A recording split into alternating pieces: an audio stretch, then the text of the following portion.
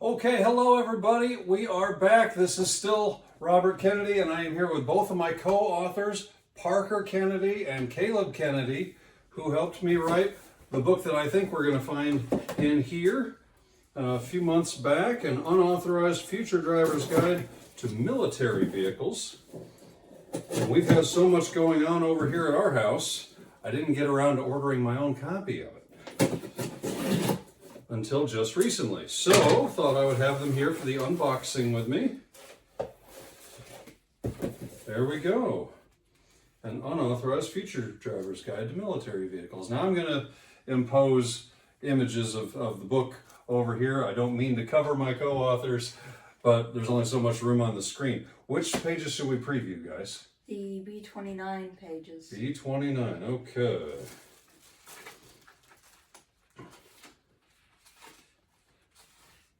Let's see, maybe we'll montage this. Okay, successfully montaged. Here we are. So the most famous bomber of World War II was the Enola Gay. Enola Gay was the B-29 superfortress that dropped the little boy atomic bomb on Hiroshima, Japan. B-29s were a lot bigger than P-51s, which we were talking about on the previous page. Even with 4 engines, they were much slower, but were able to carry large bomb loads. And then the boy says, "We dropped a second atomic bomb on Nagasaki, Japan on August 9th, 1945. It was a lot bigger than the little boy, so they named it the Fat Man."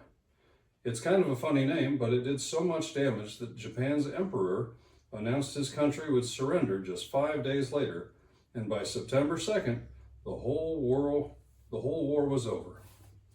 And what one would you like us to read? The USS Gerald R. Ford. Okay, see? They are my co-authors. They know what's up.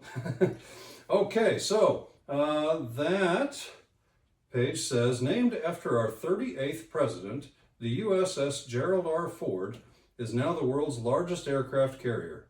Commissioned by President Donald Trump in 2017, it replaced the USS Enterprise as our Navy's premier ship.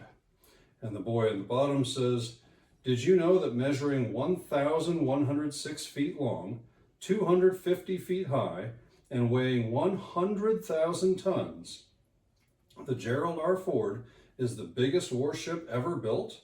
Despite its size, it can still go 30 knots, that's 35 miles per hour, thanks to its 2 nuclear reactors. It even has an electromagnetic aircraft launch system that thrusts jets into the air faster and smoother than any other ship." I just want to say to the readers at home how proud I am of my 2 co-authors. You boys did so good with your research and with helping me pick the right way to summarize the different Jeeps and Humvees and planes and ships and everything that we did in here, helicopters. They really worked hard doing their research, and I think anybody with a young patriotic child would enjoy this book, and of course any kids with an interest in the automotive industry in general would like all of its companion books in the series. So check us out at unleadedonlypublications.com or Google us on Amazon as well. Thanks a lot.